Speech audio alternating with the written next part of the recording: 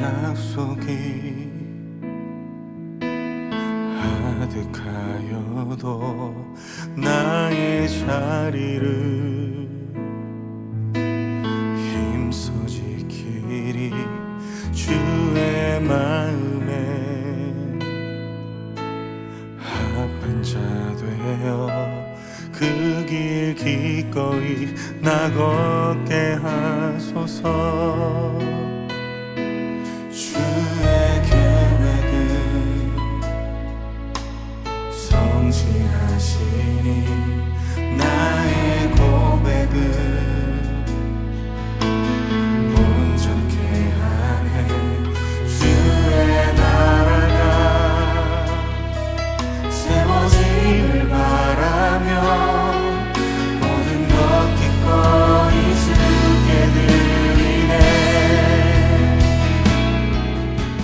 이에 예수께서 제자들과 함께 겟세마네라 하는 곳에 이르러 제자들에게 이르시되 내가 저기 가서 기도할 동안에 너희는 여기 앉아 있으라 하시고 베드로와 세베대 두 아들을 데리고 가실새 고민하고 슬퍼하사 이에 말씀하시되 내 마음이 매우 고민하여 죽게 되었으니 너희는 여기 머물러 나와 함께 깨어 있으라 하시고 조금 나아가사 얼굴을 땅에 대시고 엎드려 기도하여 이르시되 내 아버지여 만일 할만하시거든 이 잔을 내게서 지나가게 하옵소서. 그러나 나의 원대로 마시옵고 아버지의 원대로 하옵소서 하시고 제자들에게 오사 그 자는 것을 보시고 베드로에게 말씀하시되 너희가 나와 함께 한 시간도 이렇게 깨어 있을 수 없더냐. 시험에 들지 않게 깨어 기도하라. 마음에는 원이로되 육신이 약하도다 하시고 다시 두 번째 나아가 기도하여 이르시되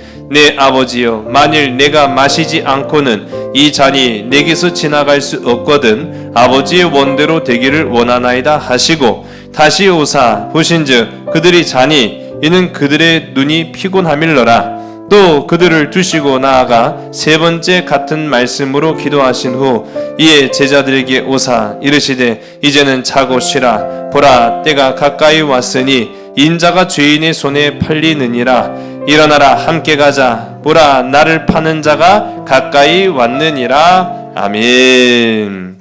오늘 말씀 제목 한번 따라볼까요? 겟세마네.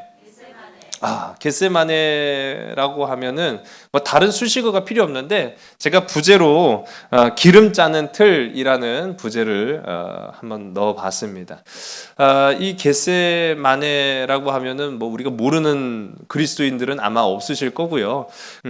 저는 겟세마네라는 그런 성경적 지명을 처음 마음에 와 닿았던 것이 중학교 시절이었어요. 제가 중고등부 다닐 때 지역에 이따금씩 기독교 공연이라든지 찬양 사역자가 지역에 와서 이제 찬양 공연을 한다 하면은 한 달에 한 번 내지는 뭐 두 달에 한 번 정도 그런 행사가 있었던 것 같아요. 그래서 토요 예배에 우리 아이들이 함께 다 모여가지고 그걸 보러 갔습니다. 친구들하고 같이 어울려서 갈 수 있는 그 시간이 좋아서 그렇게 했던 것 같아요. 그러면서 참 제 아내도 알게 모르게 마치 콩나물 시루에 물 붓기처럼 그때는 몰랐는데 그런 것이 하나 둘 쌓이면서 믿음이 조금씩 성장을 했던 것 같습니다. 요즘은 그런 상황이 될 수가 없잖아요. 공연도 뭐 이루어지지 않을 뿐만 아니라 요즘 아이들한테는 기독교 문화보다는 세상 문화가 더 그들을 마음을 빼앗고 그들의 눈을 빼앗는 그런 상황이 되다 보니까 참 안타까운 부분이 없잖아 있는데요. 제가 중학교 시절에 진짜 그야말로 큰 충격, 센세이션을 받았던 공연이 한 번 있었어요. 문예회관에서 그것도 저녁 늦었어요. 한 7시, 8시가 넘어서 시작을 해서 밤 10시 가까이 끝났던 공연으로 제가 기억을 하고 있는데 지저스 크라이스트 슈퍼스타라는 뮤지컬을 보러 갔습니다. 문예회관이 지역 문예회관이 크지도 않을 뿐만 아니라 굉장히 소규모 공연이었는데도 가보니까요. 무대가 꽤 잘 알차게 꾸며져 있더라고요. 그 무대를 보면서 전 제목이 지저스 크라이스트 슈퍼스타 저희 인솔에 가셨던 선생님도 그 권사님이셨는데 그냥 봐. 그냥 보라는 거예요. 봤어요. 근데 충격 그 자체였습니다. 이게 굉장히 충격적인 작품인 게요. 아마 저희를 인솔에 가셨던 그분이 이 내용을 알았으면 절대로 아이들을 데리고 가면 안 돼요. 예, 굉장히 충격적인 뮤지컬이에요. 세상에요. 가죽 잠바 입은 베드로 보셨어요? 아니 분명히 성극을 예상을 하고 극이 쫙 시작했는데 처음부터요. 막 전자 음악이 막 시작되더니 막 양옆에서 배우들이 막 춤을 추면서 뛰어오는데 난 저 사람들이 뭐야? 예수님 시대의 성극을 보러 왔더니 가죽 잠바 입은 사람, 막 찢어진 청바지 입은 사람, 막 말로 어떻게 표현할 수 없는 그런 출연진들이 막 나와갖고 막 춤을 추면서 막 하는데 당황스러웠죠. 아마 제가 봤을 때 제일 당황스러웠던 게 제가 연극을 시작하면서 아니 선생님 이게 무슨 뮤지컬이에요 했더니 그냥 봐라고 했던 선생님이 제일 당황했어요. 이 나올 때만 하더라도 상당히 충격적인 내용들을 많이 담고 있어요. 대사라든지 그런 묘사하는 부분에 있어서 이게 굉장히 어떻게 하면 해석적인 차이죠. 인간의 상상력을 동원해서 성경에 나온 예수님의 제자들이라든지 예수님이 아마 이렇게 생각하지 않으셨을까, 이렇게 상상하지 않았을까라고 하는 그런 인간적인 부분들을 막 대사로 막 집어넣은 거예요. 그러니까 성경만 알고 갔던 문화에는 일자무식이었던 우리로서는 충격 그 자체였죠. 제자들도 굉장히 불경건해요. 경건치 못해요. 그리고 예수님께서 겟세마네 동산에서 가룟 유다의 배신으로 붙잡혀 가시잖아요. 그래서 성경에도 보면은 가룟 유다가 이제 그 제사장의 군인들하고 사인을 맞춥니다. 어떤 사인을 맞추죠? 누가 예수님인지를 모르는, 어두컴컴하잖아요. 사실은 어두컴컴한 상황에서 누가 예수님인지를 모르는데 내가 입 맞추는 사람이 예수님이다 라고 성경에 분명히 나오지 않습니까? 그건 뭐 분명한 사실이니까요. 근데 이 뮤지컬에서는요, 가룟 유다가 예수님한테 뽀뽀를 해요. 가룟 유다가 여자가 아니거든요. 그 중학생인 제가 충격을 안 받았겠어요? 충격 받았죠. 뮤지컬인 걸 감안하더라도 남자가 남자한테 뽀뽀하는 게 이게 말이 안 되잖아요. 그러니 이게 초연됐을 당시에도 기독교계에서 아니 동성애를 주장하냐 막 하면서 이게 맞다 틀리다 그런 얘기들이 참 많았어요. 그런 거는 제가 거두절미하고 이 충격이 가시지 않는 거예요. 노래도 또 보통 막 요란한 게 아니에요. 나중에 한번 찾아 들어보시면 깜짝 놀랄 겁니다. 그럼에도 불구하고 제가 굉장히 인상적이었던 거는 물론 인간적인 상상력으로 성경의 내용에다가 각색을 해서 덧입히긴 했지만은 저는 예수님의 마음을 조금 이해하는 그런 부분들이 이 극 중에 있지 않았는가라는 생각을 해요. 예수님께서 우리가 잘 아는 것처럼 이제 공생의 3년의 이제 마지막 정점, 하이라이트죠. 사역의 하이라이트로 십자가를 지기 위해서 예루살렘으로 향하십니다. 그때 많은 제자들은 대부분의 제자들이었죠. 대부분의 제자들은 예수님께서 가시고자 하는 최종 목적지가 예루살렘이었다라는 것을 계속 여러 차례 말씀하셨고 그걸 알았기 때문에 예수님께서 마침내 우리의 임금 왕이 되시려고 예루살렘으로 가시는구나라는 기대감에 부풀어 있었어요. 근데 사실은 예수님은 그러니까 물리적인 왕이, 그러니까 이스라엘에만 국한된 왕이 되려고 예루살렘으로 가신 것이 아니라 십자가를 지기 위해서 가신 거죠. 그러니까 십자가의 형태를 해서 죽기 위해 가신 겁니다. 죽기 위해 가시는 그런 걸음이 이제 나타나는데 그 과정 속에 이제 예수님께서 유월절 절기를 지내고 목요일 날 저녁 겟세마네라는 언덕으로 올라가셔서 거기에서 기도하시는 그런 장면이 나타납니다. 근데 이제 지저스 크라이스트 슈퍼스타라는 그 뮤지컬에 그 예수님의 내적 갈등과 고뇌와 고민을 노래로 표현을 해요. 그 겟세마네라는 노래를 부르는데 그 가사가 이렇습니다. 완전히 예수님의 절규를 노래로 표현을 했어요. 그 예수님의 절규를 노래로 표현하면서 하나님한테 이 예수님이 기도하면서 막 따지는 거예요. 어떻게 이룰 수 있습니까?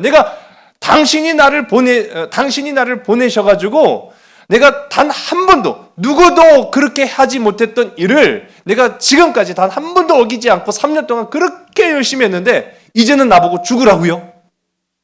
내가 죽어야 합니까? 내가 죽어야만 이 일이 완성됩니까? 막 하면서 막 하나님한테 제가 노래를 부를 수 없으니까 이해하시기 바랍니다. 막 따져요. 근데 이 노래가 뭐 이제 남자분이 부르는 노래인데 뭐 어느 유명 여자 가수의 3단 고음은 저리 가라 할 정도로 5단 고음이 막 나와요. 막 부르짖습니다. 그러면서 막 절규를 하면서 예? 내가 이제 하나님 한 가지 묻고 싶습니다. 지금만큼 내가 회의감이 든 적이 없어요. 지금은 나 자신이 없어요. 처음에 내가 시작을 할 때는 사명을 가지고 확신이 있었는데 지금은 확신이 많이 없어요. 확신이 좀 약해졌어요. 그저 지금은 너무너무 슬프고 괴롭습니다. 너무너무 슬프고 괴롭습니다. 지난 3년 동안 했던 일들을 쫙 지내오면서 지켜보니까 마치 3년이 30년 같습니다. 그런 얘기를 막 하시는 거예요. 기도하는 내용이죠. 그러면서 알고 싶습니다. 알고 싶어요. 왜 내가 죽어야 됩니까? 왜 내가 죽어야 됩니까? 전 알아야겠습니다.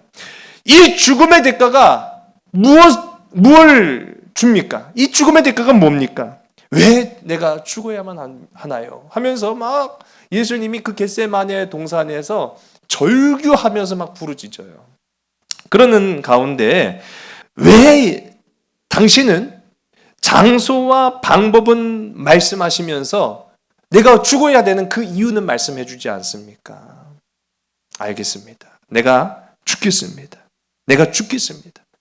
내가 죽는 그 장면을 똑똑히 보십시오. 내가 어떻게 죽는지 한번 보십시오. 막 하면서 이제 겟세마네 기도를 이어가는 장면. 물론 성경에는 이런 얘기가 절대 안 나오죠. 예. 그리고 아마도 저도 그런 생각을 해요. 주님이 그런 말씀을 하셨을까? 과연 하나님 앞에 이렇게 인간적인 어떻게 보면은 굉장히 불경건한 모습, 예수를 안 믿는 사람도 아마 이렇게 따지진 않을 텐데 라는 그러한 반항적인 모습으로 하나님 앞에 따지면서 화를 내셨을까? 아마 그렇지는 않았을 거예요. 성경을 보면 우리 주님의 성품을 우리가 알게 되잖아요. 그래서 그렇지는 않았겠지만 이와 같은 고뇌가, 이와 같은 아픔과 절망감이 우리 주님 가운데 없지 않았다라는 거죠. 오늘 우리가 함께 읽은 이 마태복음 가운데도 우리 좀 이따가 살펴보면 나오겠습니다만은 그런 고뇌가 있었다라는 사실은 우리 지난 시간에 눈물, 이제 수요 예배 때 눈물 교회를 우리가 함께 살펴보면서 예수님의 눈물의 의미, 인간의 그냥 흘리는 눈물의 의미와는 달리 예수님께서 온 인류를 위해 흘리시는 그 눈물의 의미와 가치는 어땠는지를 우리가 살펴봤는데, 근데 눈물이라는 것은 인간만이 흘릴 수 있는 인간다움의 그런 상징적인 모습이잖아요.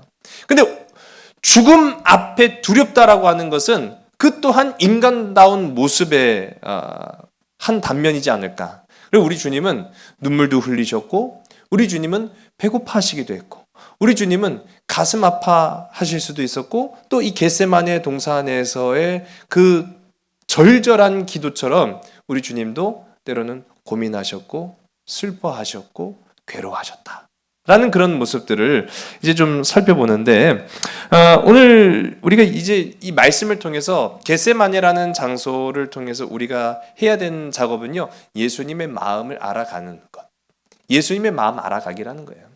제가 요즘도 이렇게 쭉 살펴봅니다. 우리 지난 2주 동안도 우리가 완전한 영상 예배를 드리면서 교회 모임을 이제 갖지 않았죠. 우리 지금도 우리가 정규 예배 외에는 어떠한 모임도 일체 갖지 않습니다. 뭐 여러 가지 의견이 있어요. 지금 정해진 답은 또 없기 때문에 교단에서도 이렇다 저렇다 말할 수가 없는 상황이고요. 근데 분명한 한 가지 기준은 제가 처음에도 우리 성도님들한테 말씀을 드렸어요. 우리 교회가 이렇게 결정을 내린 것은 우리 하나님의 나라를 위해서 이렇게 한다고 제가 말씀드렸어요. 그냥 정부의 그냥 시책을 그냥 앵무새처럼 고스란히 따라하는 데만 있는 것이 아니라, 만일 예수님이라면 이런 상황 속에서 우리가 어떻게 하기를 원하실까? 어떻게 해야만 할까? 라고 했을 때 모이는 예배를 고수하는 것도 물론 우리에게는 굉장히 중요한 부분이죠. 그런데 그런 상황 속에서 성도들의 건강과 안전, 그리고 하나님의 나라의 모습, 하나님의 교회와 그리고 국민들, 많은 사람들의 건강을 위해서 우리가 해야 될 선택이라고 한다면은 잠시 하나님의 이름으로 흩어지자.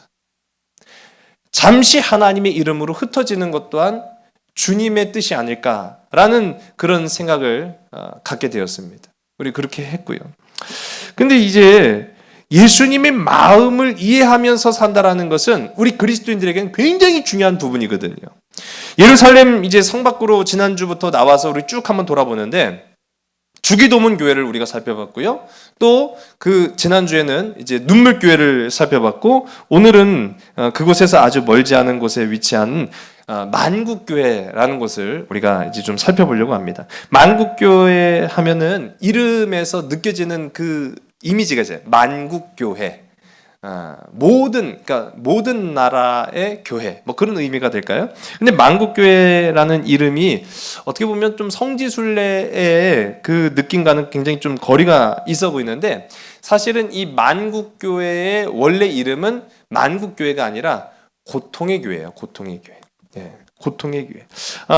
이 만국교회가 제가 이제 지도 잠깐 보시면은 여기가 예루살렘입니다. 이렇게 성전이 있죠. 예루살렘 성전이 있고 이 사이에 기드론 골짜기. 제가 지난주에도 말씀드린 것처럼 예루살렘 성전과 감람산 사이에 기드론 골짜기가 있는데 이 기드론 골짜기가 오늘날에는 거의 대부분 다 무덤이 돼 버렸어요. 예, 아주 무덤 천지입니다. 무덤 천지.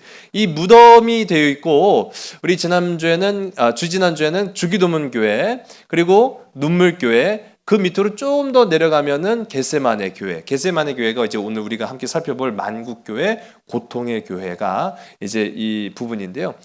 보신 것처럼 감람산은 해발 818m 정도의 어떻게 보면 높지 않은 야트만한 그런 산입니다. 완만한 산인데요. 이렇게 쭉 걸어 내려가다 보면은 중간보다 조금 밑에 위치한 곳이 만국교회거든요. 이 만국교회를 처음엔 어떻게 세워졌냐면은 379년에 세워진 이 교회가 614년에 페르시아의 침공으로 훼손되고 746년에는 지진으로 무너지고 또 12세기에 들어가면서 십자군들이 다시 교회를 세웠는데 그게 또 파괴되고 하면서 1345년에 그냥 교회가 파괴된 채로 쭉 방치가 돼서 왔어요. 그러니까 교회 터만 있었다라고 보시면 될 것 같아요. 근데 그 교회 터 위에 1919년 우리가 이제 3.1운동 했던 해잖아요. 1919년 16개 나라가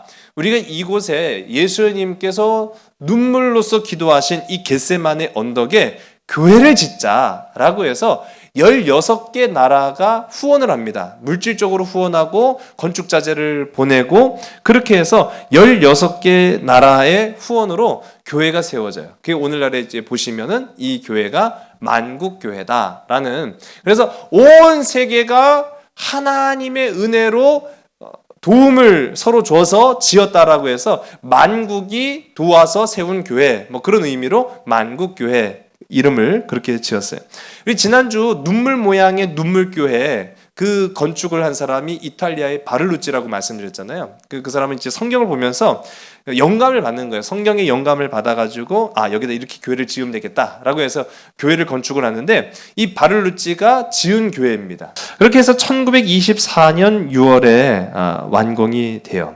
근데 저는 제가 이제 딱 가보니까 만국교회라는 이름보다는 원래 이름이었던 고통의 교회 그렇게 해야 우리가 이제 이것을 신앙적으로 더 마음에 와닿지 않을까라는 그런 생각을 했어요.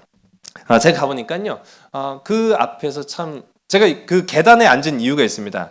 계단에 앉으면은 앞으로 기드론 골짜기가 살짝 보이고요, 그 맞은편에 이제 예루살렘 성이 보여요. 가까이 있습니다. 예, 지난번 눈물교회보다 상당히 가까운 곳에 있어가지고 그냥 코앞에 이제 예루살렘이 쫙 펼쳐져 있는데 그 언덕이죠. 저 계단 쪽이 계단에 제가 딱 앉아 있으면서 우리 주님이 이 정도 위치에서 예루살렘을 또 보시지 않았을까라는 그런 생각을 해서 좀 그런 생각이 들어서 만국교회 계단에 좀 앉아봤는데요.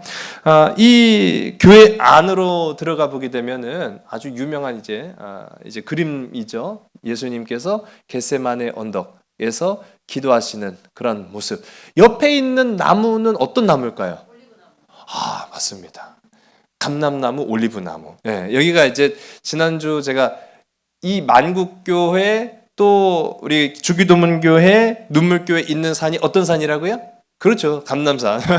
감람나무가 올리브 나무고, 그러니까 그 감람산 자체가 올리브 나무인 감람나무가 쫙 있었던 거예요. 그 아래에 보시면은 돌을 그냥 노출시켜 놨어요. 돌을 노출시켜 놨는데 뭐 정확한 건 아니겠습니다만은 정확하진 않아도 이 돌은 뭐 우리가 수천 년이 지나도 그 자리에 있는 거잖아요. 그러니까 이 돌에서 예수님께서 엎드려 기도하지 않으셨을까라는 그런 이제 생각을 하면서 이 돌을 이렇게 했죠. 뭐 아닐 수도 있어요. 그러나 이제 분명한 거는 그 시대의 돌임은 틀림이 없으니까 이제 돌을 노출시켜 놓고 거기에서 이제 사람들이 기도도 하고 예배도 드리고 하는 그런 장면들을 제가 보았습니다. 근데 이 감람산 아까 전에도 말씀드린 것처럼 여기는 올리브 나무 산이거든요. 올리브는 굉장히 몸에 좋은 거 다들 아시죠? 근데 이제 우리가 시중에서 판매해서 먹는 올리브는 어떻게 보면은 가장 최고급의 올리브유는 사실은 아니에요. 그러니까 그냥 보통 식용으로 음식에 넣거나 조리할 때 쓰는 올리브유이기 때문에 최고급 유는 아니고, 이 올리브는 우리가 잘 아는 것처럼 성경 시대에도 올리브 기름을 많이 사용했습니다. 특히 예배를 드릴 때 올리브에서 처음 짠 엑스트라 버진이죠. 처음 짠 기름이 이 성전 안을 밝히게 되고, 또 아까 전에 말씀한 것처럼 음식에 같이 곁들여서 먹습니다.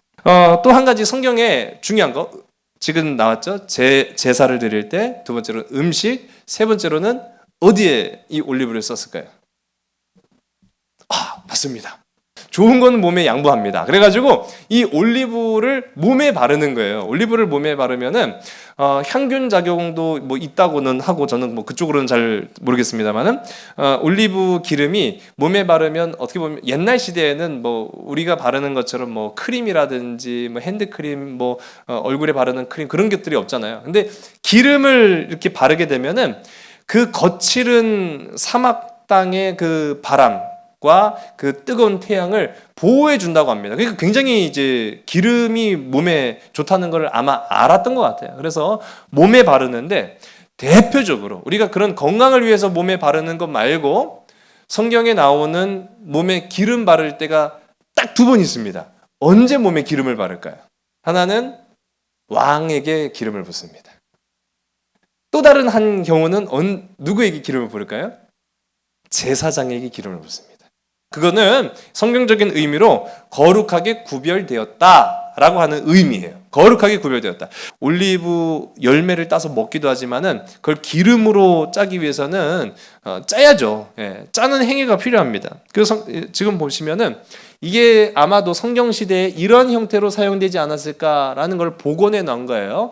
그래서 기름을 짜는데, 제가 앞서도 말씀드린 것처럼 우리가 시중에서 먹는 올리브유는 그런 올리브가 아니에요. 그냥 음식에 조리할 때만 사용하는 거고, 가장 좋은 올리브는 앞서도 제가 말씀드린 것처럼 용도가 세 가지 있죠. 몸에 바르는 거, 먹을 때 쓰는 거, 제사를 드릴 때 사용하는 거. 어떤 게 제일 좋을 거라고 제가 전에도 한번 말씀드렸는데 어떤 게 제일 좋은 거죠? 그렇죠. 예배를 드릴 때 사용하는 거. 예배를 드릴 때 사용하는 기름이 제일 좋은 기름이에요. 처음 짠 기름은 아주 맑고 향이 굉장히 강합니다. 이 올리브유가 그렇다고요. 그래서 올리브도 처음 짠 아주 맑고 강한 향이 나는 그 기름이 제사, 예배를 드릴 때 사용되어지는 기름이고, 그 다음 또 짜면은 그걸 우리가 이제 먹을 때 사용하는 기름, 그리고 또 한 번 짜고 두 번 짜고 해도 또 기름이 나온다 하면은 이제 그렇게 되고, 하여튼 뭐 사람은요 욕심이 한이 없잖아요. 나올 때까지 짤까요? 아니면 이만하면 됐다라고 하고 말까요? 그렇죠. 하여튼 나올 때까지 쥐어 짜야 돼. 그럼 어떻게든 그냥 나올 때까지 그 한 방울이라도 아끼는. 저희 애들이 이제 아이들 비빔밥 먹잖아요. 그럼 이제 기름을 이렇게 넣어주거든요. 기름 넣어주면은 병에서 이렇게 쪼르륵 타고 흘러요. 그러면 보통 어떻게 하시죠? 아, 그거 왜 그냥 내버려 두시지? 그걸 그렇죠. 엄마는 왜 그걸 핥아 먹어? 아까워. 이거 아까워서 먹는 거야. 이게 얼마나 귀한 건데. 그러거든요. 맞아요. 우리 그 한 방울까지도 제가 그래서 야, 이 한 방울을 얻기 위해서 얼마나 많은 참깨가 희생한 줄 알아? 제가 그 얘기를 하거든요. 맞아요. 한 방울, 그 한 방울을 위해서 그냥 짜고 또 짜는 거예요. 하여튼 다 짜고 난 찌꺼기는 어떻게 하겠습니까? 아, 몸에 바르는 거 굉장히 좋아하시는군요. 예, 몸에 바르는 것도 좋은데 이제 더 이상 기름이 나오지 않는 이 찌꺼기는 동물의 사료로 준다고 합니다. 그러니까 버릴 게 하나도 없는 거예요. 그러니까 감람나무는 굉장히 사람에게는 굉장히 많은 거를 주는 그런 나무죠. 그렇게 이 올리브를 우리가 먹기도 하고 바르기도 하고 사용하는데 제가 이거를 쭉 보면서 느낀 게 야, 겟세마네 기도가요. 여러분, 겟세마네 기도는요. 짜내는 기도예요. 그냥 쉽게 나오는 기도가 아니에요. 겟세마네 기도는 내가 등 따시고 배불렀을 때 나오는 기도가 절대 아니라는 사실을 우리가 머리로는 알면서 피부로는 안 느껴질 때가 많아요. 근데 언제 피부로 느껴집니까? 정말 절박할 때. 진짜 절박할 때 그 기도와 등 따시고 배불러서 그냥 그때 기도와 어떤 게 더 간절합니까? 당연하죠. 정말 내 상황에 건강의 문제라든지 물질적인 문제라든지 자녀의 문제라든지 그런 막 절박함이 있을 때 쥐어짜는 기도. 그 기도는요. 1분, 2분만 해서는 될 수가 없잖아요. 우리가 뭐 정성의 문화가 있기 때문에 정성이 있어야죠. 기도하는 정성이 있어야죠. 아니 세상에 5분만 기도해놓고 야, 난 기도에 정성을 쏟아부었어라고 하는 사람이 세상 어디 있겠습니까? 아, 기도에 정성을 쏟아부으려면 적어도 30분 이상은 기도해야지. 뭐 그런 생각을 가질 수도 있잖아요. 누가 그렇게 얘기 안 해도 우린 그런 생각을 갖고 있잖아요. 맞아요. 1분 기도했다고 해서 나 최선을 다했어 하라고 하는 사람은 아마 없을 거예요. 되든 안 되든 막 그 자리에서 기도를 쥐어짜는 거예요. 기도를 막 쥐어짜면서 주님 이 기도에 응답하여 주시옵소서라고 하는 우리의 간절함이 하나님 앞에 전달되기를 바라는 그런 그리스도인들의 모습 우리 경험해 보잖아요. 겟세마네의 기도는 바로 그런 거예요. 그냥 등 따시고 배불러가지고 우리 예수님께서 목요일날 밥 거하게 드시고 야, 산책이나 좀 하자. 야, 배불러갖고 잠이 안 온다. 그렇게 해서 가서 기도하신 게 아니라 정말로 땀방울이 핏방울이 될 정도로 간절한 모습으로 오늘 성경 가운데 보면은 제자들에게 이제 특별히 데리고 간 3명의 제자가 있죠. 이 특별히 데리고 간 이 3명의 제자들에게 야, 너희들이 나를 위해서 1시간도 기도해 줄 수 없냐? 깨어 있을 수 없냐? 그 얘기를 하시잖아요. 그렇게 몇 번을 말씀하십니까? 3번 말씀하시죠. 적어도 몇 시간을 기도하신 거예요? 그 정도는 기도하셨다는 거예요.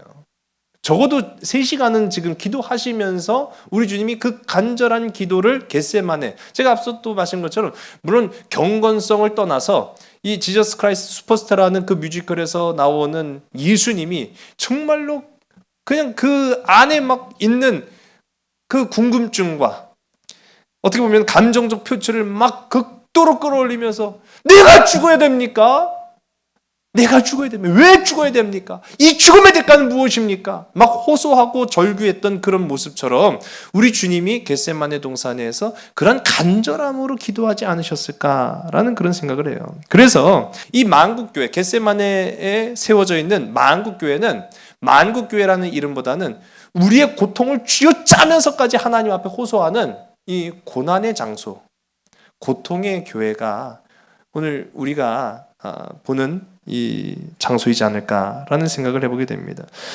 예수님께서 이제 겟세마네로 향하셔서 베드로와 요한과 야고보를 택하셔서 그들에게 기도를 부탁하십니다. 우리 본문 말씀을 함께 볼게요. 우리 36절에서부터 우리 38절까지 말씀입니다.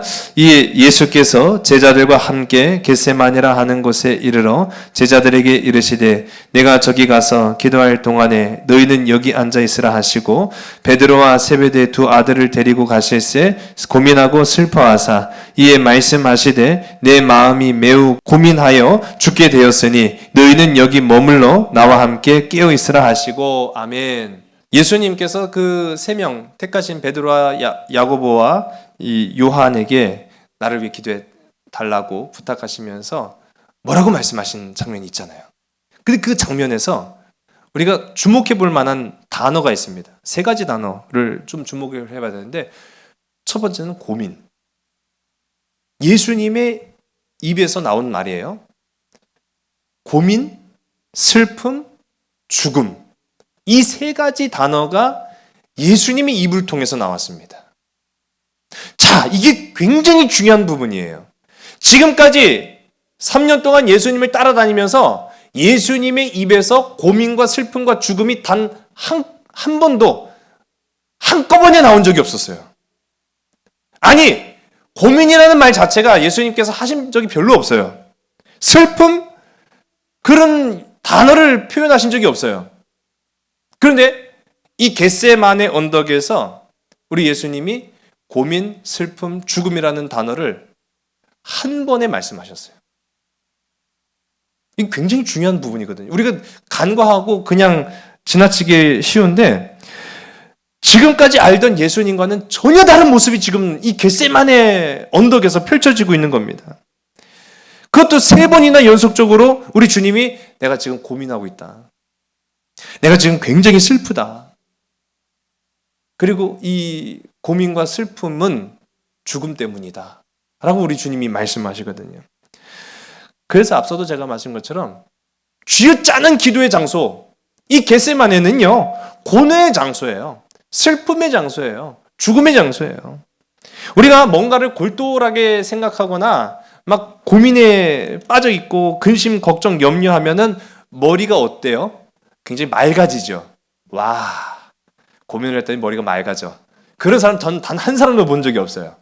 고민하고 염려하고 근심하면은 옛날 드라마 보면은 꼭 엄마들이 여기다 뭘 두르고 와요. 투쟁!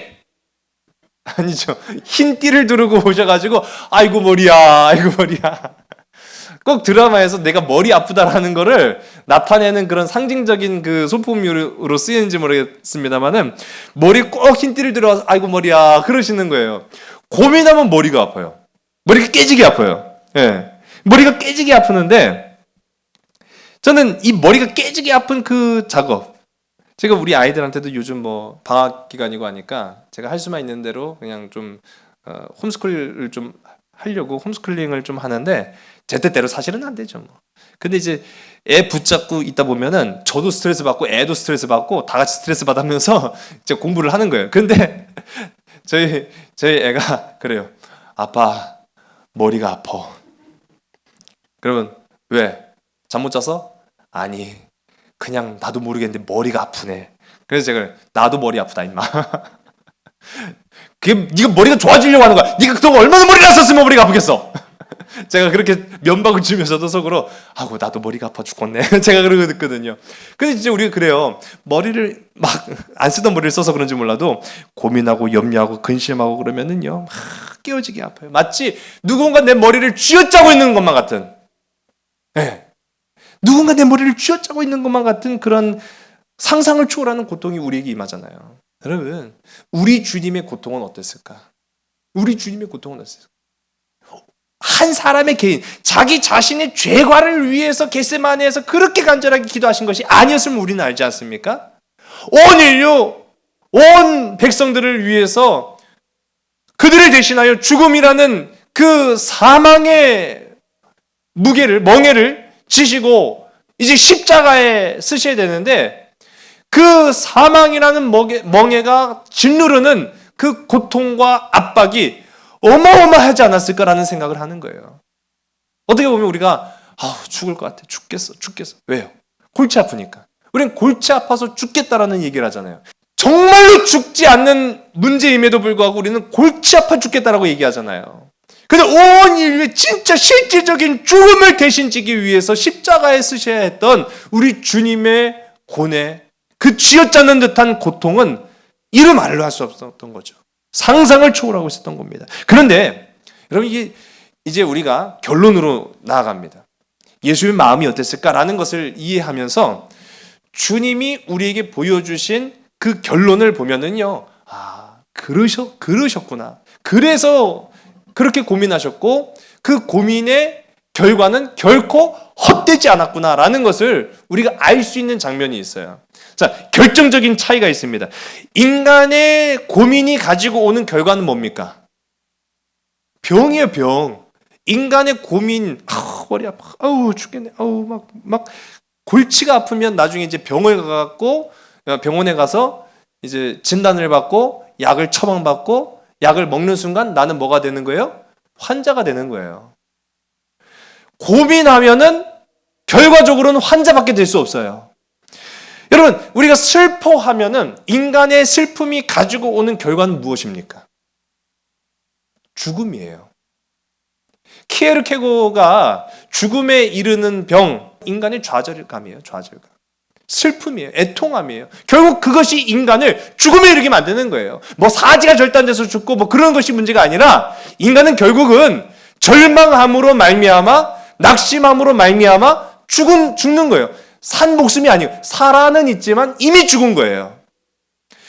인간의 슬픔과 인간의 고민이 가지고 올 수 있는 결과는 결국은 죽음밖에 없어요. 그 이상도 그 이하도 아니고, 제가 주일날 말씀인 것처럼 이 땅에 하나님께서 천지를 창조하실 때 그 모습처럼 허무하고 공허하고 혼돈이 가득 찬 흑암의 모습이 되는 거예요. 인간의 고민의 결과는 그렇게밖에 될 수 없어요. 그런데 우리 예수님께서 이 겟세마네 동산에서 엎드려 기도하시면서 눈물을 흘려가시면서 그 눈물이 땀방울이 될 정도로 간절하게 쥐어짜는 기도를 하실 때 그 주님의 고난, 고민, 슬픔은 무엇이 됐습니까? 십자가의 영광이 된 거예요. 주님의 고민은요, 주님의 슬픔은요, 십자가의 영광으로 바뀌었어요. 십자가의 영광으로 바뀌는 그 순간 어떻게 됐습니까? 모든 인류가 영원한 삶을 얻게 된 거예요. 구원을 받게 된 거예요. 인간의 슬픔은 그 인간 자신조차 생명을 버리게 만드는데, 하나님의 고민, 예수님의 고민은 온 인류를 영원한 생명으로 이끄신 거예요. 엄청난 결과죠. 똑같은 고민이고 똑같은 고뇌인데 이렇게 똑같이 쥐어짰는데도 결과물이 다를 수가 있어요. 우리 주님은 온 인류에 생명을 주신 거예요. 죽음이 아닌 생명을 주셨다는 거죠. 여러분, 우리 주님은 인간의 육신을 입고 오셨어요. 그래서 눈물도 흘리셨습니다. 슬퍼하셨습니다. 그리고 죽음 앞에 두려워하시기도 했습니다. 하지만 주님은 그 죽음의 공포와 두려움 속에서도 십자가를 피하지 않고 마치 올리브가 그 틀 안에 들어가서 끝까지 쥐어짜져서 자신을 희생해서 생명의 기름을 내는 것처럼 우리를 구원하셨다라는 사실이죠. 그래서 저는 표현하기를, 주님은 죽기 전에 이미 죽으셨다. 어디에서요? 겟세마네에서. 주님은 죽기 전에 죽으셨다. 그 장소가 바로 겟세마네다라는 것이죠. 우리 이제 남은 3일 동안 이 겟세마네의 의미를 여러분의 삶 속에서 적용하면서 우리 신앙의 걸음을 계속해서 걸어나기를 원합니다. 예수님은 이미 겟세마네에서 인간으로서의 자기 자신을 다 내려놓으셨어요. 두려웠지만, 염려됐지만, 고민됐고 슬펐지만 그 잔을 피하지 않으셨어요. 죽음이라는 잔을 피하지 않으셨고 그 고통을 다 감당하셨어요. 그래서 어떻게 보면은 우리가 져야 될 그 십자가를 주님 대신 지셨어요. 때로는 근데 우리는 그런 생각해요. 막 불끈거리는 눈먼 욕망과 분노에 사로잡혀서 우리가 내 마음 내 뜻대로 주장할 때가 참 많잖아요. 우리는 끝까지 자기 자신을 포기하지 않아서 죽어서도 포기하지 못하는 사람들이 있어요. 죽어서도 죽지 못한 사람이 있어요. 뭐 드라마 같은 경우에 보면은 막 분노에 막 가득 차갖고 막 복수를 하려고 하다가 그만 복수를 하지도 못하고 죽어요. 근데 그 죽은 사람이 눈도 못 감아요. 그러면 이제 등장인물이 아이고 눈도 못 감고 죽었네. 뭐 그런 얘기를 하잖아요. 그 죽었지만 죽지 못하는 거예요. 그런데 우리 주님은 죽기 전에 이미 죽으셨어요. 어디에서? 겟세마네에서 이미 다 버리신 거예요. 온 인류를 위해서. 우리가 그렇게 살아야 되지 않을까라는 생각을 해봅니다. 우리 이 땅 가운데 살아가면서 이미 죽어야 돼요. 십자가로 이미 난 죽어야 돼요. 십자가로 죽어야 가정의 사랑이 이루어집니다. 십자가로 죽어야 우리가 일터, 삶의 터전에 하나님의 영광이 나타납니다. 우리가 죽어야 하나님의 나라가 이 땅 가운데 나타납니다. 요즘 계속 지속적으로 교회가 지탄받고 손가락질 당하고 뭐 좋지 못한 얘기가 나오는 거 제가 한편으로는 굉장히 안타까운 생각을 들긴 합니다만 분명 한 가지 사실은 우리가 죽지 못해서 그렇구나. 우리가 아직 죽지 못했구나. 주님은 죽으셨는데 우리는 끝까지 막 어떻게든 그냥 막 살아내려고 인간적인 욕심을 포기하지 못해서 죽지 못해서 그냥 눈만 뜨고 있구나. 눈만 뜨고 죽은 사람이 됐구나.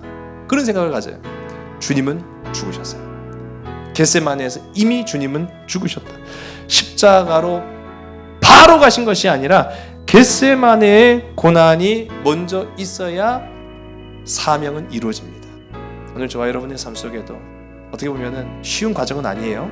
앞서도 말씀드린 것처럼 겟세마네는 쥐어짜는 장소입니다. 그런 쥐어짜는 고난과 고민과 아픔과 눈물이 있지만은 주님과 함께한다면 여러분의 사명은 반드시 하나님의 뜻으로 말미암아 아름다운 열매와 결과를 얻게 될 줄로 믿습니다. 그러한 믿음의 걸음을 걸어갈 수 있는 저와 여러분 우리 모두가 되기를 주를 간절히 소원합니다. 기도하시겠습니다. 아버지 하나님, 하나님의 자녀로서 이 땅 가운데 살아가면서 우리는 두 눈 시퍼렇게 뜨고 눈먼 욕망과 분노에 사로잡혀서 때로는 사명 있고 나의 만족과 유익을 위하여서만 다른 박질할 때가 참으로 많습니다. 그러나 이 땅 가운데 인간의 육신을 입고 오신 주님, 십자가에서 죽음을 맞이하시기 전 이미 겟세마네에서 그 기름틀 가운데 쥐어짜지는 고뇌와 고통과 아픔과 괴로움으로 자기 자신을 내려놓고 이미 죽으신 주님, 그 주님의 모습, 그 주님의 신앙, 그 주님의 삶을 본받아 살아갈 수 있는 우리 모든 믿음의 지체들과 심령들이 되게 인도하여 주시옵소서. 이 세상을 보면서 너무나도 안타까운 그런 많은 일들을 보게 됩니다. 교회가 앞장서게 하시고 교회가 먼저 되게 하시고, 그러나 어떠한 것에도 사람의 욕망과 생각이 아니라 하나님의 영광으로 앞장설 수 있고 사랑할 수 있고 용서할 수 있고 품어줄 수 있는 우리 모두가 될 수 있도록 인도하여 주시옵소서. 사랑 많으신 예수 그리스도의 이름으로 감사하며 간절히 기도드렸사옵나이다. 아멘. Will no one stay awake with me? Peter, John, James, will none of you wait with me? Peter, John, James.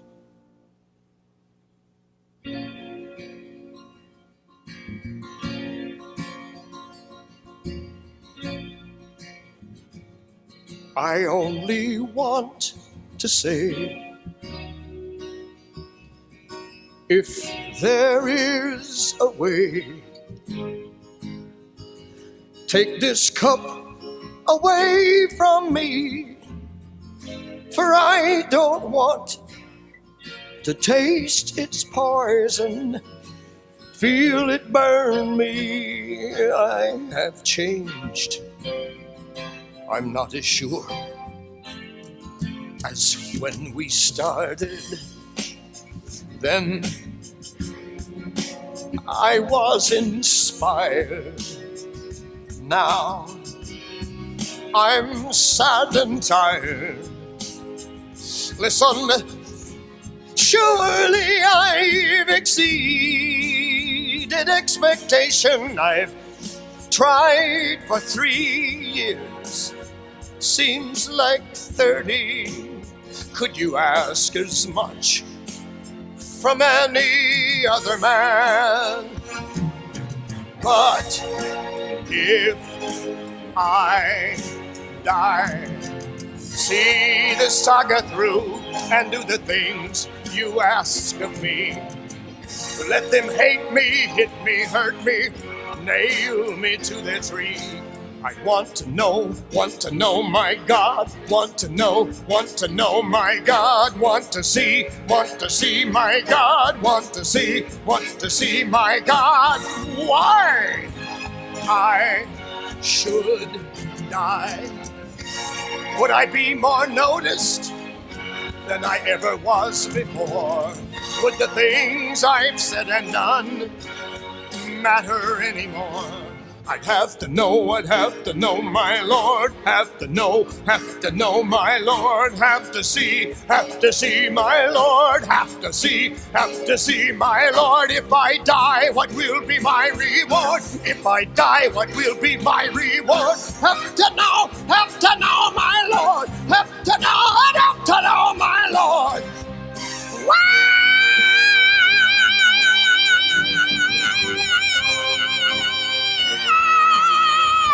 should I die? Can you show me now? I would not be killed in vain. Show me just a little of your omnipresent reign. Show me there's a reason for you wanting me to die. You're not too keen on where and how, but you're not so hot on why. All right! I'll die! Watch me die!